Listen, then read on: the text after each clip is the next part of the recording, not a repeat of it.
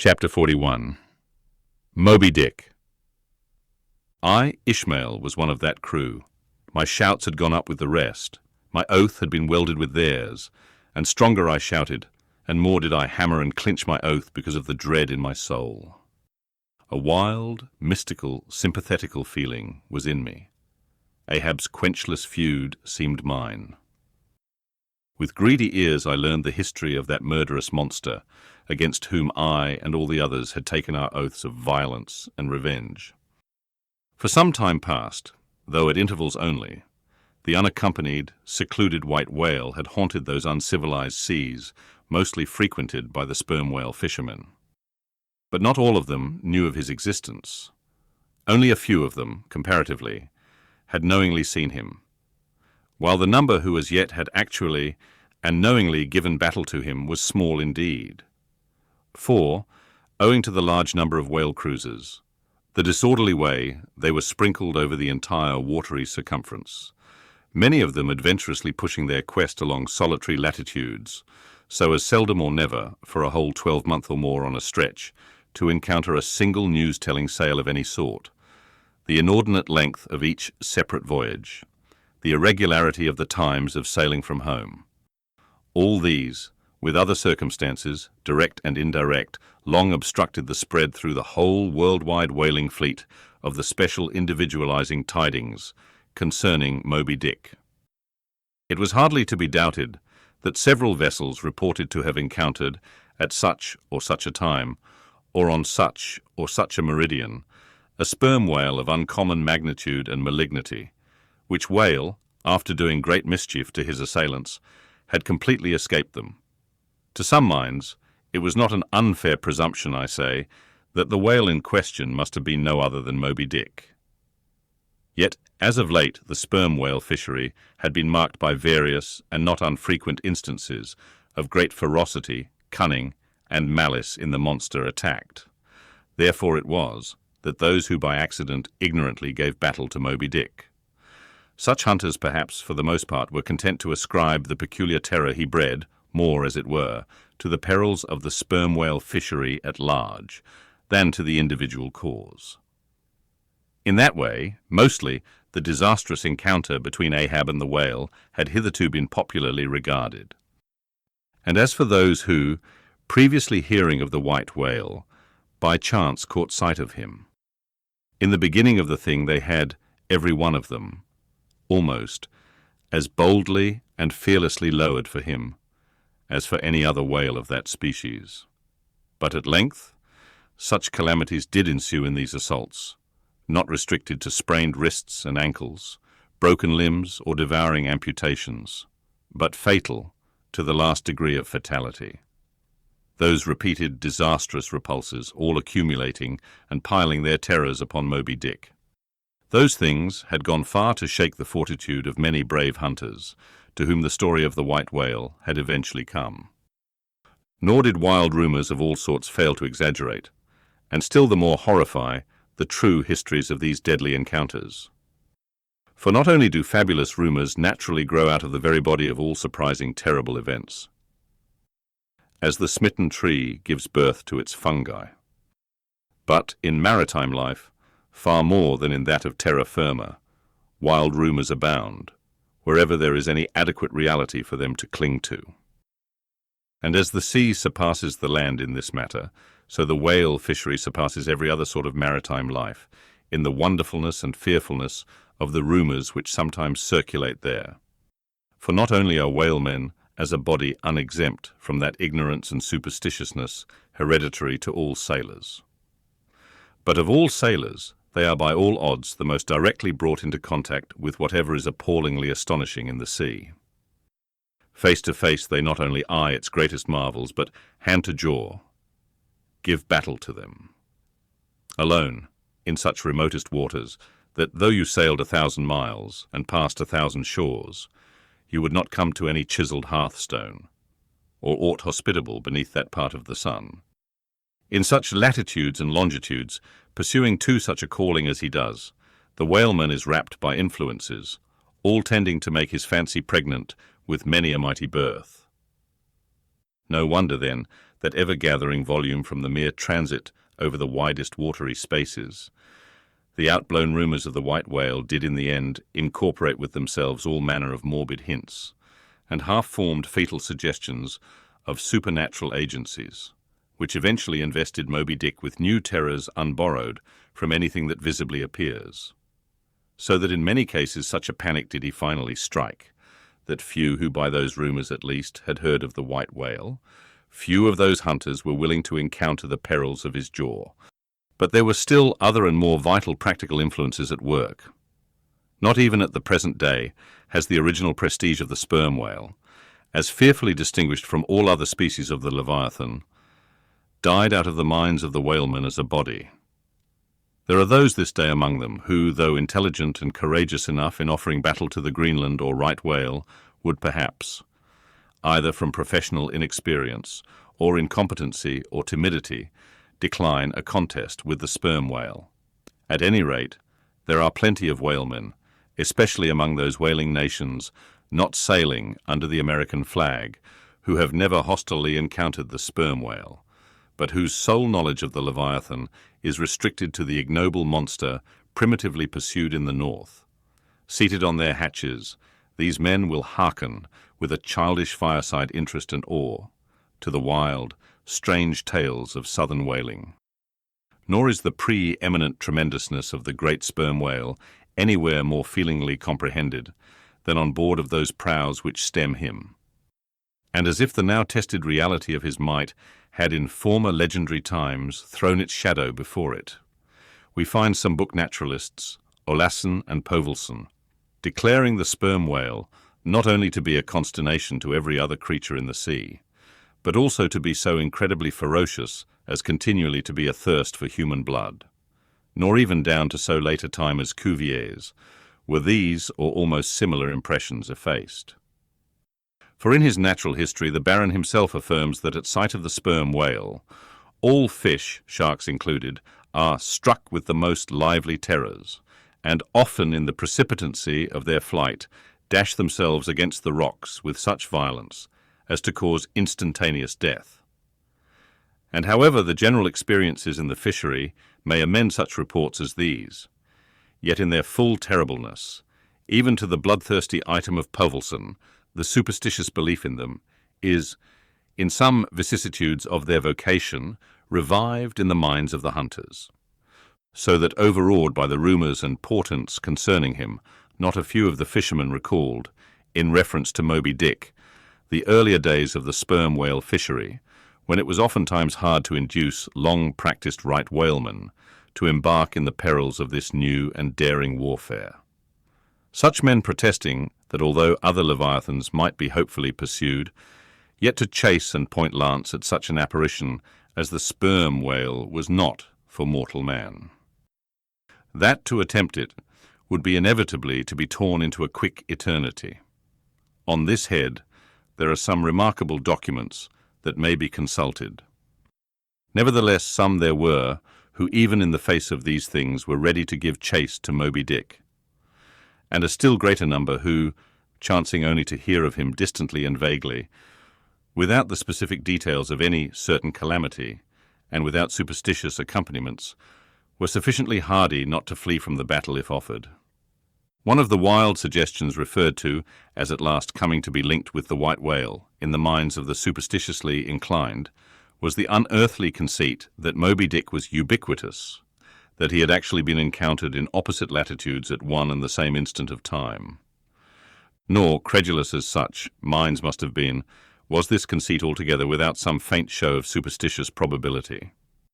For as the secrets of the currents in the seas have never yet been divulged, even to the most erudite research, so the hidden ways of the sperm whale when beneath the surface remain, in great part, unaccountable to his pursuers, and from time to time have originated the most curious and contradictory speculations regarding them, especially concerning the mystic modes whereby, after sounding to a great depth, he transports himself with such vast swiftness to the most widely distant points.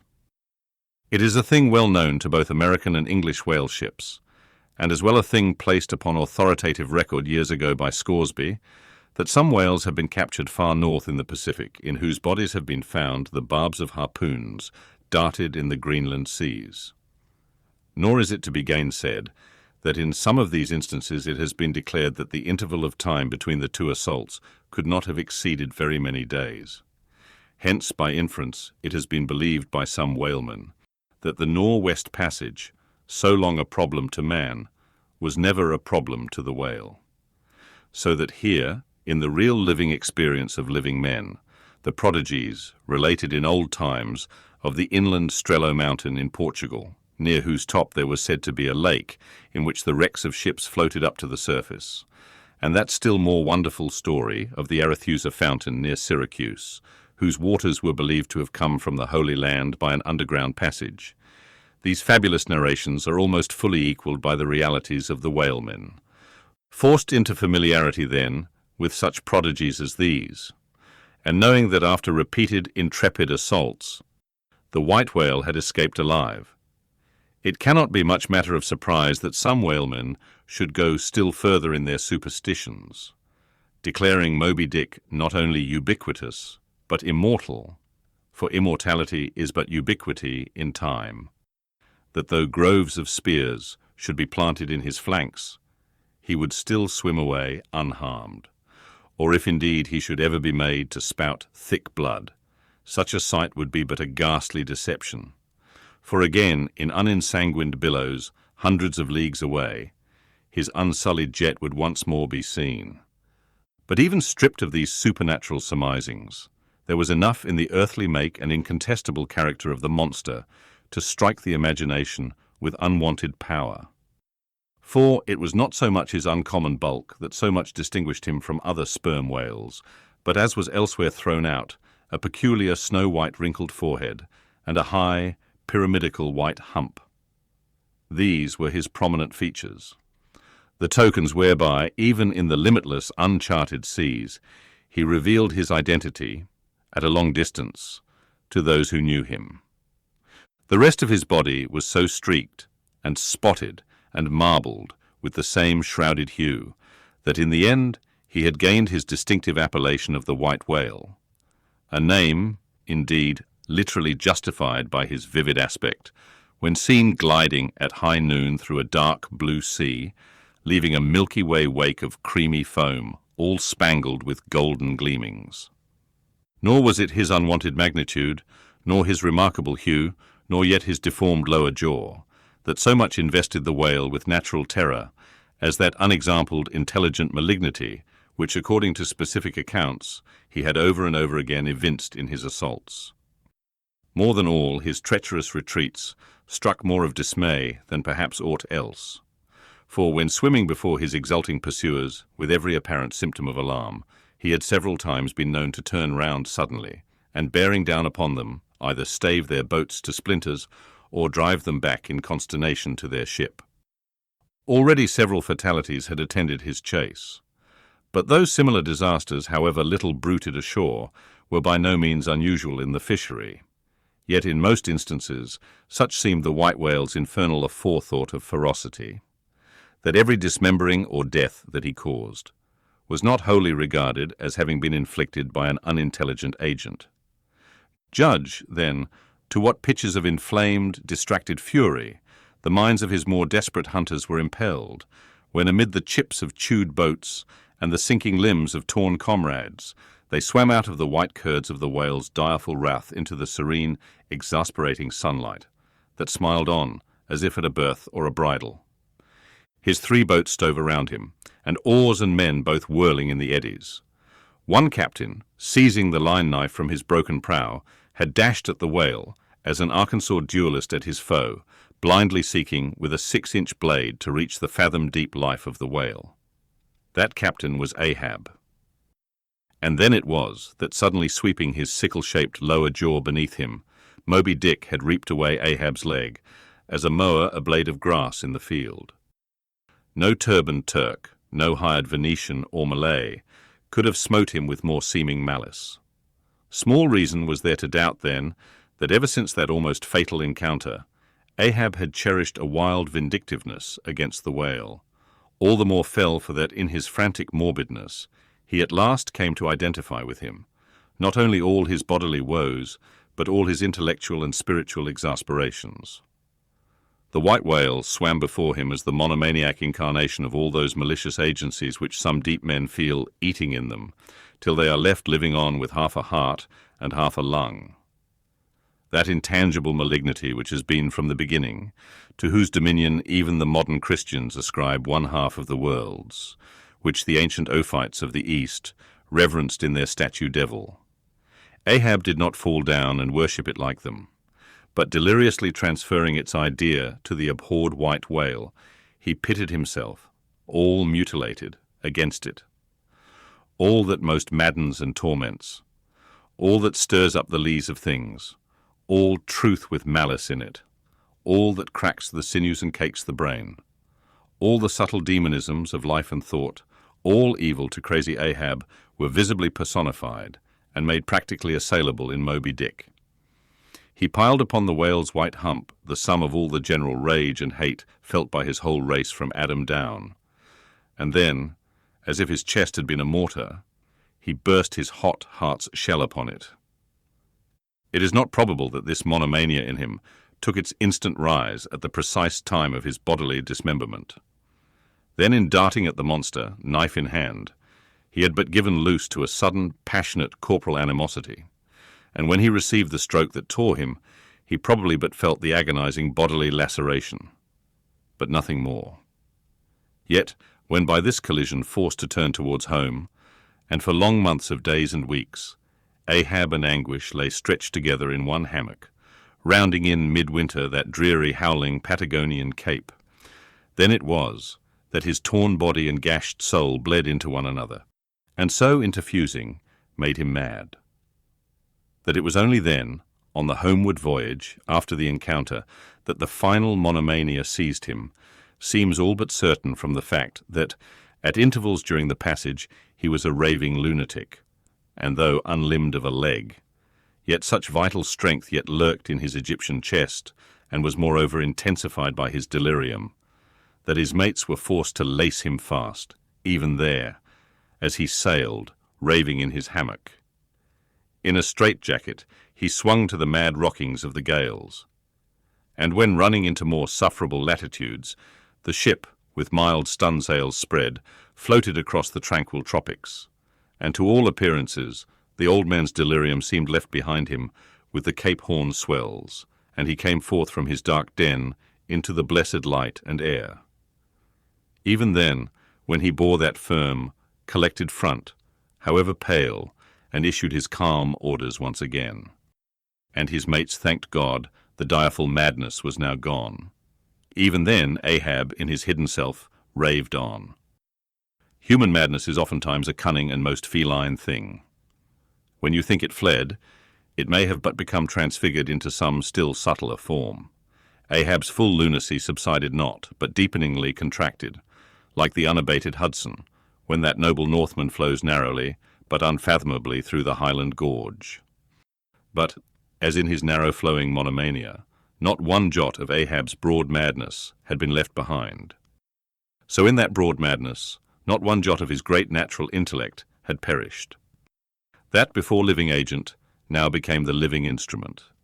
If such a furious trope may stand, his special lunacy stormed his general sanity, and carried it, and turned all its consented cannon upon its own mad mark. So that far from having lost his strength, Ahab, to that one end, did now possess 1,000-fold more potency than ever. He had sanely brought to bear upon any one reasonable object. This is much, yet Ahab's larger, darker, deeper part remains unhinted. But vain to popularize profundities, and all truth is profound. Winding far down from within the very heart of this spiked Hotel de Cluny, where we here stand, however grand and wonderful, now quit it, and take your way, ye nobler, sadder souls, to those vast Roman halls of Thermes, where far beneath the fantastic towers of man's upper earth, his root of grandeur, his whole awful essence sits in bearded state, an antique buried beneath antiquities and throned on torsos. So with a broken throne, The great gods mock that captive king. So like a caryatid, he patient sits, upholding on his frozen brow the piled entablatures of ages. Wind ye down there, ye prouder, sadder souls, question that proud, sad king. A family likeness. Aye, he did beget ye, ye young exiled royalties, and from your grim sire only will the old state secret come. Now in his heart Ahab had some glimpse of this, namely, all my means are sane, my motive and my object mad. Yet, without power to kill or change or shun the fact, he likewise knew that to mankind he did long dissemble, in some sort did still. But that thing of his dissembling was only subject to his perceptibility, not to his will determinate. Nevertheless, so well did he succeed in that dissembling, that when with ivory leg he stepped ashore at last, no Nantucketer thought him otherwise than but naturally grieved, and that to the quick, with the terrible casualty which had overtaken him. The report of his undeniable delirium at sea was likewise popularly ascribed to a kindred cause, and so too all the added moodiness which always afterwards, to the very day of sailing in the Pequod on the present voyage, sat brooding on his brow. Nor is it so very unlikely that, far from distrusting his fitness for another whaling voyage on account of such dark symptoms, the calculating people of that prudent isle were inclined to harbour the conceit that for those very reasons he was all the better qualified and set on edge. For a pursuit so full of rage and wildness as the bloody hunt of whales, gnawed within and scorched without, with the infixed, unrelenting fangs of some incurable idea.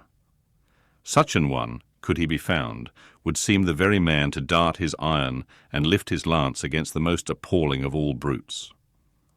Or, if for any reason thought to be corporeally incapacitated for that, yet such an one would seem superlatively competent to cheer and howl on his underlings to the attack.